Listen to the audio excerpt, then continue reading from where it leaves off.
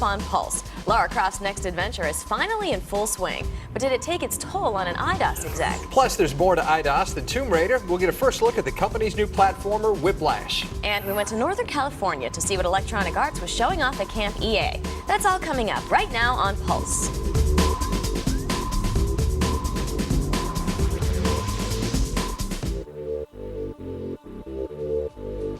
Welcome to Pulse, your weekly look into the world of interactive entertainment. I'm Ronnie Lynn Riley. And I'm Patrick Clark. Today we've got an update on the Washington law regarding violent games. Plus, we'll fill you in on the latest milestone for the Xbox's most popular launch title. But first, there's a shakeup in the house that Croft built. After several delays in the latest Tomb Raider game's launch and the resulting plummet in stock prices, IDOS probably heaved a huge sigh of relief once the game hit store shelves. But the relief quickly turned to grief as there was more bad news for IDOS and Core Design, Tomb Raider's developer. On July 15th, IDOS issued a press release saying that its development director and Core's founder and managing director, Jeremy Heath-Smith, has resigned. No explanation was cited in the press release, and IDOS declined to comment, only thanking Smith for his 7-year contribution to the company. More news on this story as we get it. While the week brought bad news for Core and IDOS, it brought decidedly good news for gamers in the state of Washington. A U.S. district judge has issued an injunction blocking the enforcement of a law that prohibits the sale of games that depict violence against law enforcement officers to minors. The law was set to affect games like Enter the Matrix, a T-rated game that includes fight scenes with police officers. IDSA President Doug Lowenstein praised the judge's action, pointing out that, quote, the court made clear the very high burden that governments face when they try to regulate such protected speech. Mary Lou Dickerson, the law's sponsor, saw things differently, saying, quote, it has very little bearing on the final outcome of the case. A video game law in Washington is the last thing Blizzard Entertainment was worried about over the past week. You may recall that we previously reported that the co-founders and vice president of Blizzard North had resigned to pursue other opportunities. But the news is much better this week, as Diablo lead programmer Rick Sace was promoted to development team lead for Blizzard North. Sace has been a member of the Blizzard family since 1994 and has played an integral role in the company's recent games, including the latest installment in the Warcraft series, The Frozen Throne. If the real-time strategy of a game like The Frozen Throne isn't your style, maybe you prefer the high-energy action of platformers. If that's the case, IDOS has your next obsession. Featuring two characters that are literally inseparable, Whiplash is this week's first look.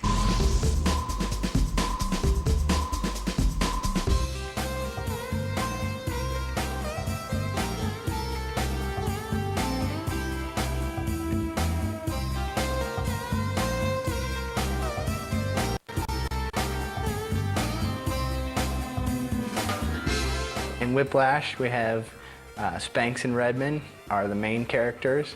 Spanx is a crazy weasel, and Redmond's an uptight rabbit, and they're chained together.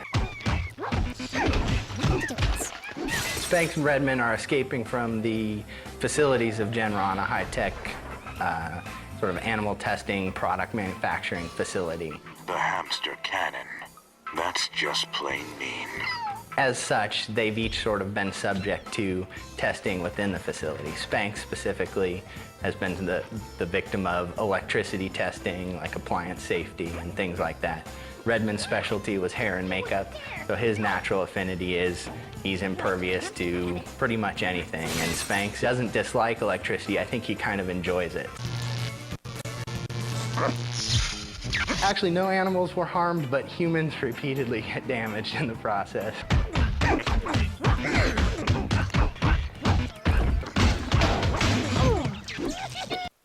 I don't know if I can specifically relate to weasels in general, but when I get behind the controls of Spanx or Redmond, I can definitely relate to the idea of just kind of reckless abandon. So I think if people go buy this game, it'll just be to have fun.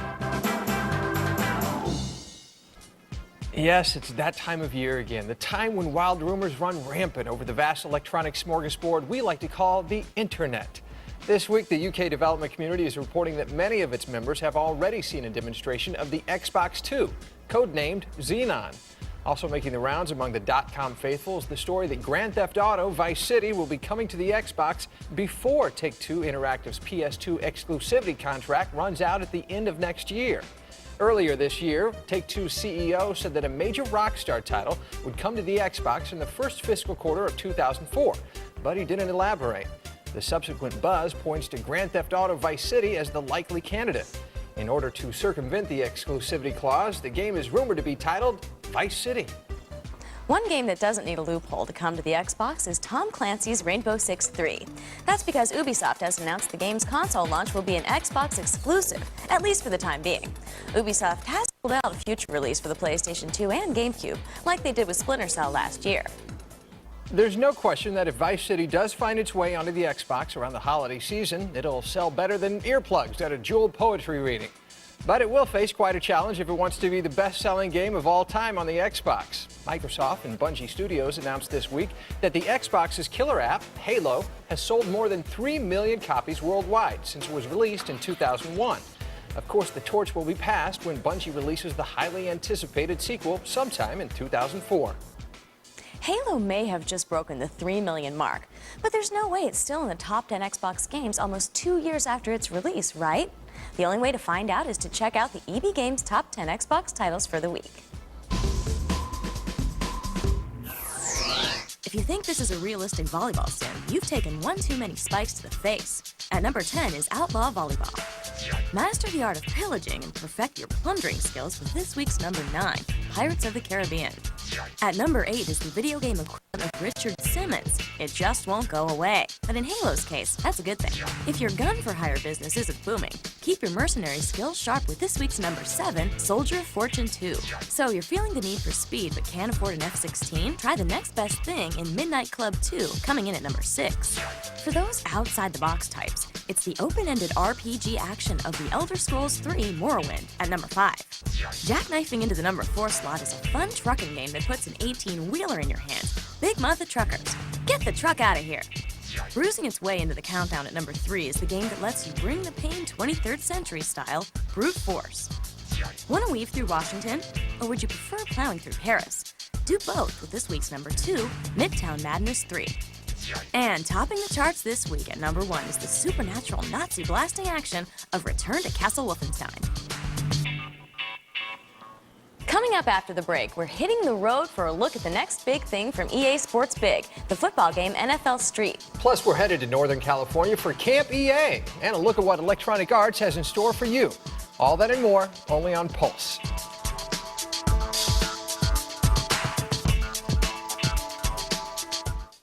Join us for Achieving the Glow, a 5-part series showing you the way to enlightenment. This week, athletes find the zone. My defense is very suspect. It's all part of G-Phoria, presented by EB Games and Jeep. Tomorrow at 9 p.m.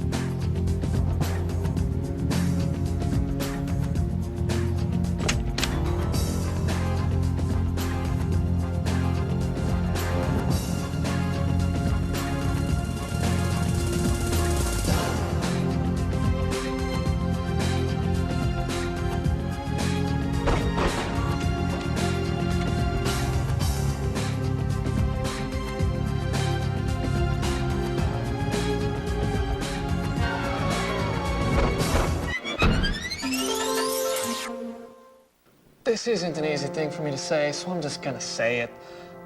I've talked it over with Wood Elf and Tiger Woman, and we're going with another cleric. Sorry, Padre. Good luck finding health potions.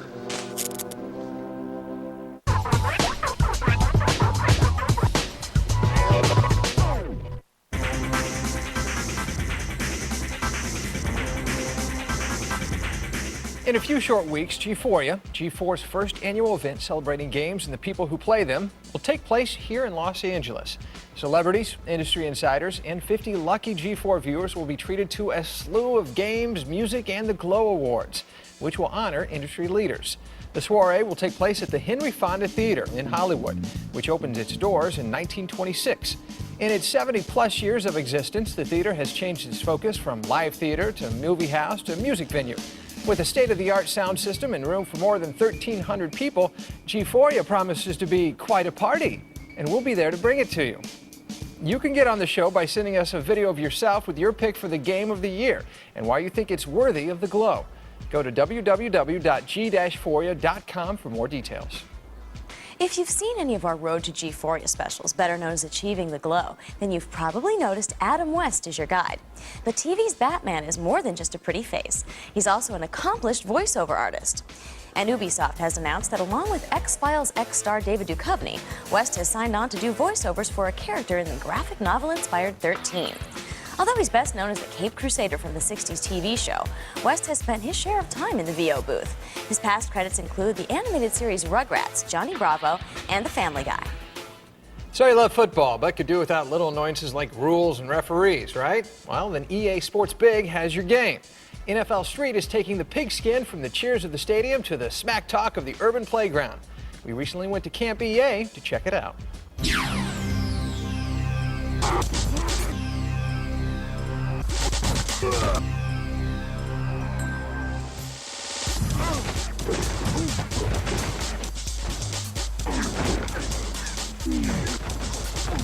NFL Street is a new football game. It's 7-on-7.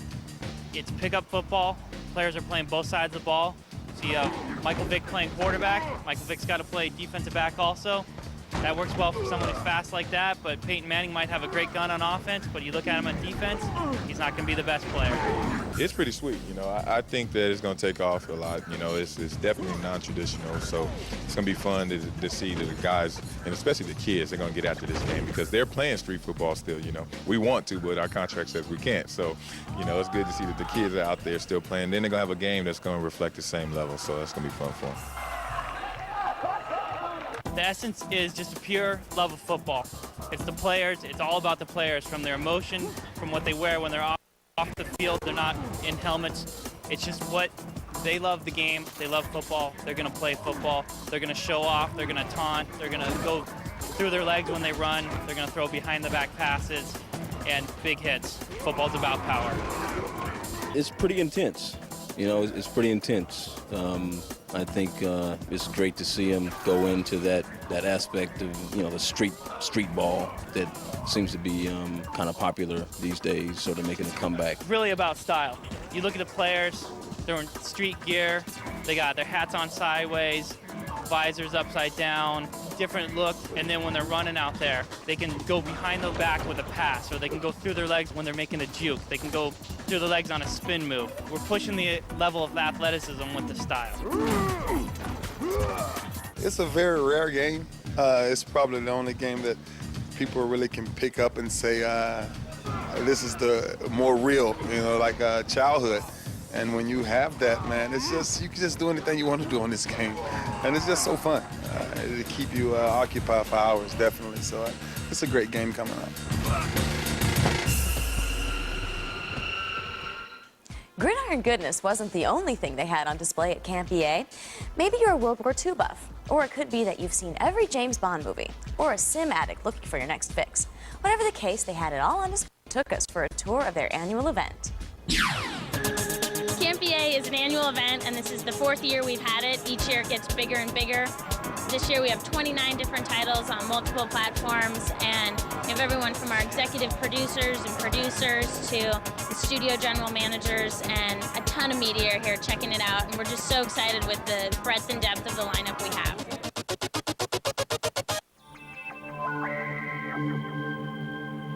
The new Medal of Honor Rising Sun title is the next evolution of the console Medal of Honor product for the franchise. In the game, you take the role of Corporal Joseph Griffin, and it's a young Marine corporal who's stationed aboard the USS California when the Japanese attack on Pearl Harbor happens, and you're thrust into the war from that point on. Give me that thing!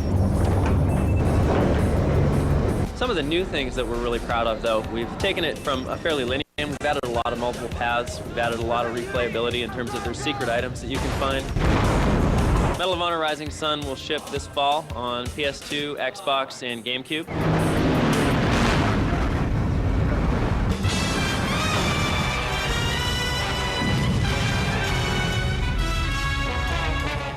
Everything or nothing, what's new about it is pretty much everything.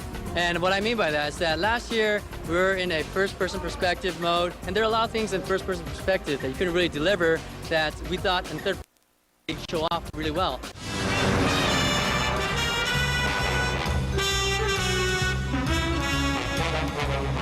We brought in Richard Kiel as Jaws, as our Bond henchman, because everyone knows the guy from the Bond universe. What Bond has always been good at, bringing the action, the stunts, the driving, even the sexual innuendo. All that stuff you're gonna get in this game, and because we're in third person, you're gonna see Bond do all that. You're gonna be part of that whole action. James Bond Everything Nothing is gonna come out this November in all the stores.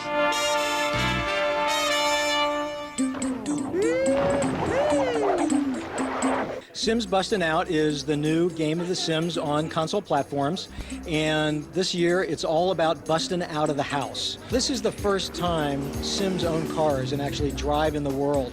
The ability to actually jump on a scooter and choose where you're going to go in the world. We're pretty excited about it. Camp EA is just showing everything that EA has to offer. No one else has the strength and the depth of the lineup that we have, and just looking forward to a great holiday season. It's a good time to be a video game player. On the new hardware front, Infinium Labs has revealed its plans to unveil its entry into the console wars, the Phantom, at the Ultimate Gamers Expo in Los Angeles in August. Little is known about the console other than downloadable content will be its primary delivery system. Now, while the Phantom has yet to be seen in action, there's another console that's gotten more play than Wilt Chamberlain. Nintendo's Famicom, known as the Nintendo Entertainment System here in the U.S., turns 20 years old on July 15th. That's right, and here it is right here, the Famicom. And as you can see, it's very tiny and very cute.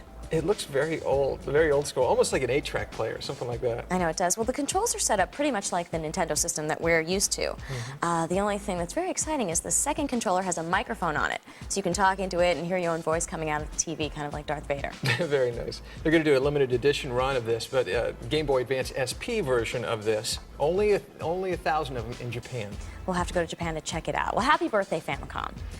Well, there's more to come on this edition of Pulse. After the break, it looks like there's a recession in the Star Wars galaxy's economy. We'll explain how players are using the real world to deal with it. Plus, Lara Croft is returning to the big screen in a new film and to the small screen in a new game. We'll take a look at both. That's coming up only on Pulse.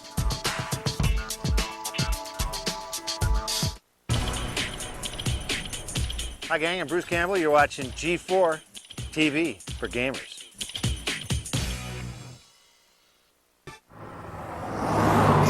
Do you consider yourself a star? I'm the same girl I've always been. You don't sound surprised about your popularity. I've been deeply involved in the gaming community for years. It's where my biscuits buttered, so to speak. If you could describe yourself in 5 words or less, what would you say? I fall, I get back up. That's 6 words, actually. You're a cheeky one, aren't you?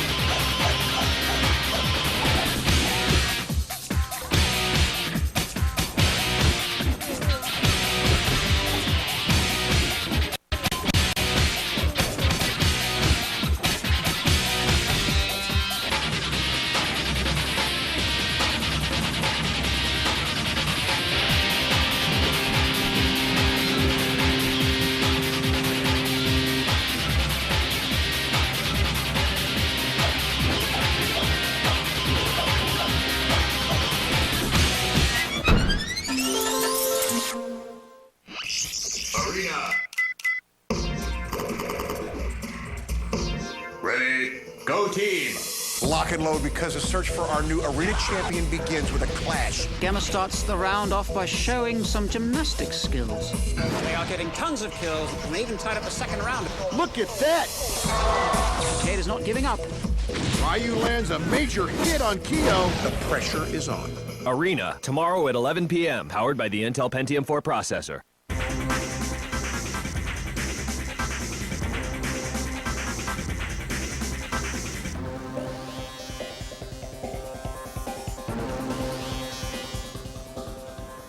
The original Shenmue, which debuted on the Dreamcast in 2000, introduced a massive non-linear experience that left gamers salivating for the next installment. The series moved to the Xbox for the sequel and continued the quest of a man in search of justice. At the beginning of 2003, Sega hinted that the third installment in the series might be released in the form of a movie that would finish the story. But earlier this week, Sega AM2 announced that a third Shenmue game is in the works. No story or platform details are available, but Sega has promised to release more information in September. While gamers have to wait to get more details on Shenmue 3, the wait is over for people waiting to get their hands on some Steam. Valve Software, the developer behind Half-Life, announced its content delivery system called Steam last March. And now, after a lengthy closed beta, Valve has released Steam to the public. By downloading and installing the software, gamers can use Steam to quickly update games and download exclusive video, like this demo of the G-Man from the Half-Life 2 E3 demo. While no formal plans have been announced, it's likely that Valve's new masterpiece will be optimized to take full advantage of Steam. They say the best things in life, like Valve's Steam, are free. But in the Star Wars Galaxies universe, you can pay money for more money. Several entrepreneurs in the massively multiplayer online game have hit eBay and are selling Galaxies credits for United States Mint credits, better known as American dollars. For as little as $650 in the real world, you can buy 1 million credits in the virtual one. We found pages of auctions currently running on eBay, although the highest actual bid was $255 for 3 million credits. And you thought the exchange rate in Canada was good. It still remains to be seen what action, if any, LucasArts will take in response to the auctions. Lara Croft is taking plenty of action with the just-released Angel of Darkness game and a new movie on the way July 25th. We caught up with the film's director, Jan de Bont, and Angelina Jolie to get a behind-the-scenes look at the upcoming Tomb Raider, The Cradle of Life.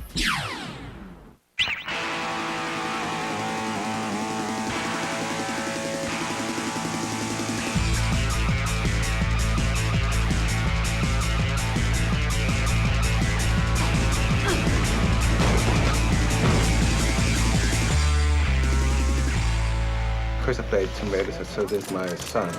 I was attracted to the first one when they decided to make a movie. I said, God, this is like an ideal character. She's such an adventurer, and she's a great woman. Here, it's not a guy kicking ass where, you know, you have all ego of being she was still a lady, you know.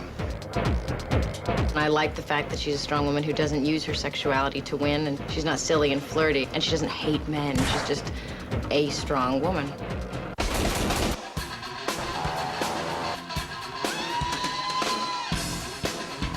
I have the good fortune of being able to jump inside the game. In the game, she's a very active woman. She initiates the action. A lot of the scenes that we created, I think, are based on video game worlds. Like the lab scene, for instance, is could be right out of a video game. And the sequence in the Cradle of Life, where everybody can walk upside down, you can go in any direction. I mean, that's like a total, totally taken out of the video world, where you can move your character any direction you want. It's funny, my daughter saw this, she questioned, Dad, why are you doing that? Why can't you walk upside down? It's impossible. And then Alexander plays the game, said, Anneke, if you play video games, you know how it works. And it was so great that he got, I was very proud of that.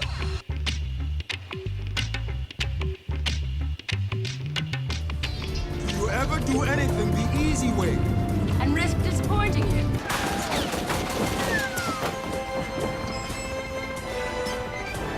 It was at one point shown the secrets of the game.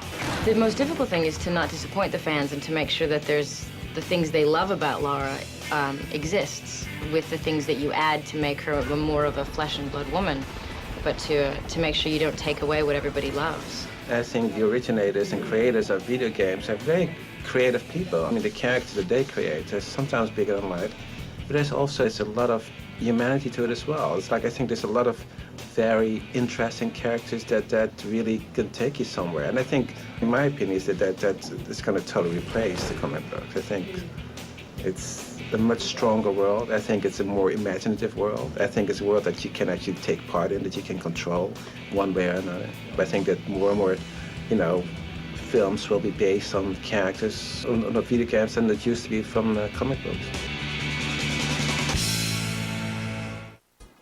In-game announcements. What's old is new again, as Sega AM2 has plans for an update to the arcade classic Outrun.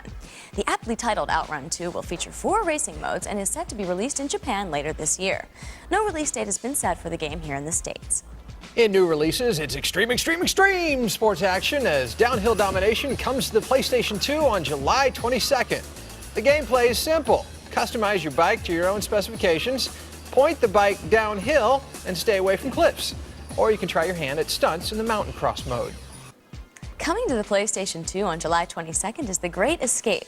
Based on the 1963 Steve McQueen movie of the same name, you're a POW stuck in a World War II prison camp, and escape is your only hope for survival. Your stealth, driving, and first-person shooter skills will all be put to the test as you do your best McQueen impression. That's all for today's edition of the show. If you've got something to say about today's stories, be sure to head to our website at g4tv.com/pulse and send us an email or join our message boards. Earlier, we gave you a glimpse of both the Tomb Raider movie and game. And whether you prefer the pixelated Lara Croft or the flesh and blood version, well, there's never such a thing as too much Lara. So as we head out today, we're pushing that concept to the limit. For Patrick Clark, I'm Ronnie Lynn Riley. We'll see you next week on Pulse.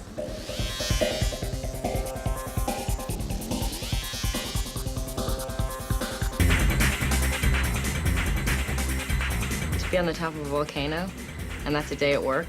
It's pretty great. We get to travel the world and learn about other places and people, and all these skills you're trained from the best in the world.